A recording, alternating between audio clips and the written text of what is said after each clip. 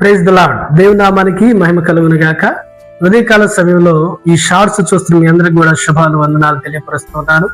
యోహాను సువార్త 1వ అధ్యాయము 35వ వచనం 36వ వచనంలో ఇలా రాసి ఉంది, లోక పాపలు మోసుకుని పోవు దేవుని గొర్రె పిల్ల అని యోహాను చెప్పినప్పుడు యోహాను పక్కనే ఉన్న ఆంద్రేయ తన శిష్యులు కలిసి యేసుక్రీస్తు ప్రభుని వెంబడించినట్లుగా బైబిల్లో చూడగలం.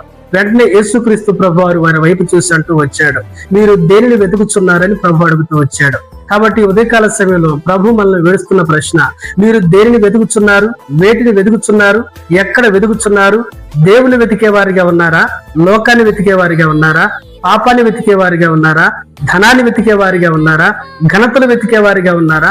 లోక భోగాలను వెతికే వారిగా ఉన్నారా అనేది మనం ప్రశ్నించుకోవాలి. యేసు ప్రభు వారు చెప్తూ వచ్చారు, కీర్తన గ్రంథం 14వ కీర్తనలో, వివేకం కలిగి దేవుణ్ణి వెతుకువారు ఎవరైనా కలరేమో అని దేవుడు చూస్తూ ఉన్నాడు. అంత మాత్రమే కాదు, దేవుణ్ణి వెండిని వెతికినట్లుగా వెతకాలని, జాగ్రత్తగా వెతకాలని, వివేకం కలిగి వెతకాలని, వేకుజామునే లేచి ఆయన వెతకాలని, మన మనసు త్రిప్పుకొని ఆయన వెతకాలని.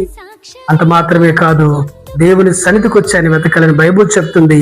నీవు నేను లోకాన్ని వెతక దేవుని వెతుకుదాం, ఆయన సర్వ సంపదల గనై ఉన్నాడు. దేవుడు మనల్ని దీవించుగాక. ఆమేన్.